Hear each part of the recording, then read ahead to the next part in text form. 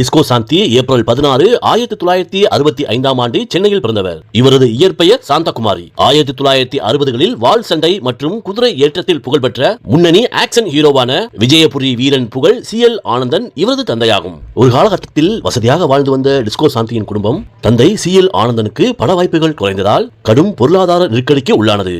குடும்ப பாரத்தை சுமக்க வேண்டிய கட்டாயத்தில் இருந்த சாந்தி தன்னுடைய பள்ளி படிப்பை பாதியிலே நிறுத்திவிட்டு வேலைக்கு சென்றார். சாந்திக்கு மொத்தம் 3 சகோதரர்கள் மற்றும் 3 சகோதரிகள். லலிதா குமாரி உட்பட மொத்தம் 7 உடன்பிறப்புகள். இவர்களை காப்பாற்றும் பொறுப்பு இளமையிலே சாந்தியின் தோள்களில் விழுந்தது. சாந்தி முதலில் கவர்ச்சி நடிகையாக வர விரும்பவில்லை. மலையாள சூப்பர் ஸ்டார் மோகன்லாலுக்கு ஜோடியாக லால் அமெரிக்கையில் என்ற படத்தில் கதாநாயகியாக நடிக்க ஒப்பந்தமானார். ஆனால் துரதிருஷ்டவசமாக அந்த படம் அவருக்கு பெரிய வெற்றியை தரவில்லை. தன்னுடைய மகள்கள் சினிமாவில் நடிப்பதை ஆனந்தன் விரும்பவில்லை. குடும்பத்தின் நிதி நிலைமை மோசமாக இருந்ததால் அவர்கள் நடிப்பதை தடுக்க முடியாமல் போனது குறித்து அவர் வருத்தப்பட்டதுண்டு. சாந்தியின் தந்தை CL ஆனந்தன் படங்களில் டூ போடாமல் நடிப்பவர். ஆனந்தன் புலியுடன் சண்டை போட்ட போது ஏற்பட்ட காயங்களின் தழும்புகளை சாந்தி இன்றும் தனது தந்தையின் வீரத்திற்கு அடையாளமாக கூறுவார். டிஸ்கோ சாந்தி முறையாக நடனம் பயின்றவர் அல்ல.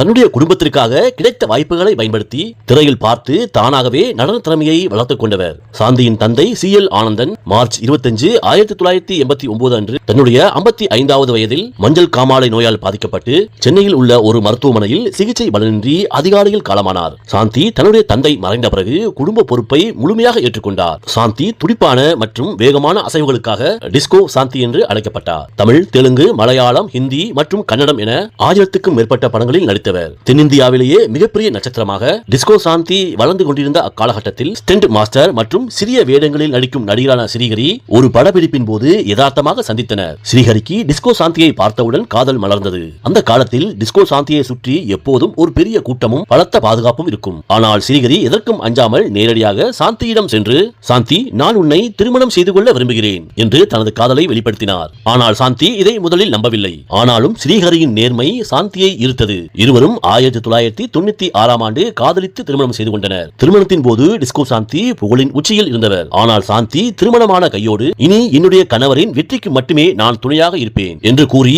தன்னுடைய 15 ஆண்டுகால வெற்றிகரமான சினிமா வாழ்க்கையை ஒரே நாளில் துறந்தார். ஸ்ரீஹரி ஒரு சாதாரண நடிகராக இருந்து பின்னாளில் தெலுங்கு திரையுலகில் ஒரு ரியல் ஸ்டார் மற்றும் கதாநாயகனாக உயர்ந்ததற்கு டிஸ்கோ சாந்தியின் ஊக்கமே முக்கிய காரணம். ஸ்ரீஹரியின் உடை அலங்காரம் மற்றும் கதை தேர்வு வரை அனைத்திலும் சாந்தி அவருக்கு பக்கபலமாக இருந்தார். அவர்களுக்கு 2 மகன்கள் பிறந்த பிறகு ஒரு பெண் குழந்தை பிறந்தது. அக்குழந்தைக்கு அக்ஷரா என்றே பெயரிட்டனர். ஆனால் துரதிருஷ்டவசமாக அக்குழந்தை 4 மாதங்களிலே இறந்தபோது இருவரும் நிலையுலைந்து போயினர். அந்த துயரமே அவர்களை பிற்காலத்தில் ஏழைகளுக்கு உதவும் அக்ஷரா அறக்கட்டளையை தொடங்க தூண்டியது. ஸ்ரீஹரி உயிருடன் இருந்தவரை படப்பிடிப்பு இல்லாத நேரங்களில் எப்போதும் தனது மனைவி சாந்தியுடன் தான் இருப்பார். 2013இல் ஸ்ரீஹரி மறைந்தபோது சாந்தி மனதளவில் மிகவும் உடைந்து போனார். இன்றும் சாந்தி தன்னுடைய கணவரின் நினைவுகளோடு வாழ்ந்து வருகிறார். தான் இறந்த பிறகு தன்னுடைய உடலையும் கணவரின் அருகாமையிலே புதைக்குமாறு தன்னுடைய மகன்களிடம் கேட்டுக்கொண்டுள்ளார். இது சாந்தி ஸ்ரீஹரியின் மீது வைத்திருந்த காதல் கடுகளவும் குறையவில்லை என்பதற்கான சிறந்த உதாரணமாகும். சாந்தி தன்னுடைய அக்ஷரா பவுண்டேஷன் மூலமாக தெலுங்கானாவின் மேட்சல் பகுதியில் உள்ள 4 பின்தங்கிய கிராமங்களை தத்தெடுத்து அந்த கிராமங்களில் நிலவிய குடிநீர் தட்டுப்பாட்டை போக்கியதோடு நவீன குடிநீர் சுத்திகரிப்பு நிலையங்களையும் அமைத்துக் கொடுத்துள்ளார். அரசு பள்ளிகளில் படிக்கும் ஏழை குழந்தைகளுக்கு சீருடை புத்தகங்கள் மற்றும் மதிய உணவுகள் போன்ற உதவிகளையும் செய்து வருகிறார். மேலும் முதியோர்களுக்கான மருத்துவ முகாம்களையும் நடத்தி வருகிறார். சினிமாவில் நாம் சம்பாதித்ததை மக்களுக்கே திருப்பி கொடுக்க வேண்டும் என்ற தன்னுடைய கணவர் ஸ்ரீஹரியின் கொள்கையை இன்றளவும் விடாமல் கடைபிடித்து வருகிறார். இவரது தங்கை லலிதா குமாரி பிரகாஷ் ராஜின் முன்னாள் மனைவியாகும். இவரது மகன்கள் இருவரும் திரையுலகில் கால் தடம் பதிக்க ஆரம்பித்துள்ளனர். கிட்டத்தட்ட 28 ஆண்டுகளுக்கு பிறகு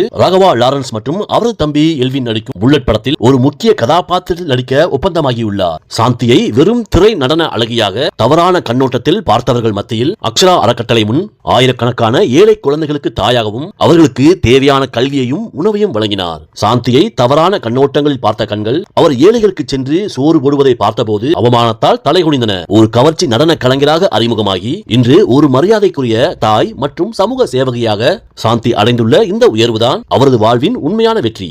நன்றி, வணக்கம்.